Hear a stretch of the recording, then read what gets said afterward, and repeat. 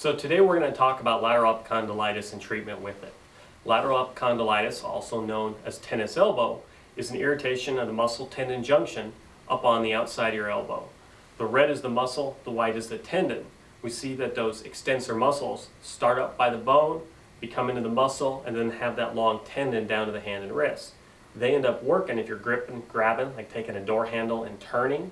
You can feel those muscles contract. Most people tend to get that irritation right up in that tendon.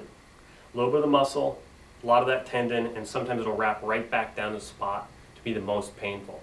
So things that we want to do is decrease the pain and the inflammation first. We're going to work at getting the flexibility back in that arm so it's not just that tightness that you feel, and we're going to break up some of that scar tissue that we have around the elbow. So to do that, we're going to sacrifice our intern's elbow. So Alex, if you could come here a second. So some different treatments that we have for someone who's got a little lateral epicondylitis. If he was a regular, good patient, we put a paper towel right here to make sure we don't get any cocoa butter on his sleeve, but he's the intern. So a couple different techniques we can use. One is a form of deep muscle work, or ART, where we're sliding along the skin to help getting a good hold of that muscle tendon junction and breaking it up. He's going to help me by straightening his elbow. Nice, slow, and controlled. So I come right up to that thing and slide along.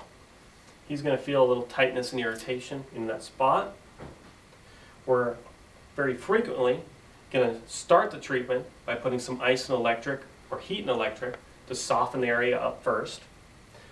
Some days we're going to use more massage therapy on this whole lower arm and upper arm to help loosen up those muscles that much better and quicker.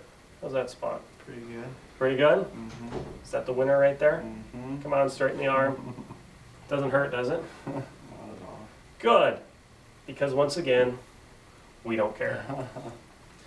The next thing that we're going to do is we're going to use Graston Technique to help slide along and break up some more of the scar tissue in the muscles and tendons. What I feel as I slide along are these small little bumps. That's that scar tissue through there. Can you feel that? Mm-hmm. What does it feel like? Kind of just like you're scraping across dirt road or something, gravel. Yeah, it's got that little gritty feeling. Right in through there is a pretty good little spot. Anybody who uses their arms a lot tends to have scar tissue through those muscles in the forearm. As we come up closer to that tendon, that white spot where it attached to the bone, it's probably going to get a little bit more tender for him. How am I doing right there? Good. Like I said, if he was a patient, we'd say keep it comfortably tolerable. And comfortably tolerable we define as a 3 or 4 out of a scale of 10. If you're biting your lip, that ends up being too much. How am I doing? Good. 3 or 4? Sure. Sure? Is that a sure because you know I'm not going to let it lighten up? Yes. Okay. So right there I've got that spot.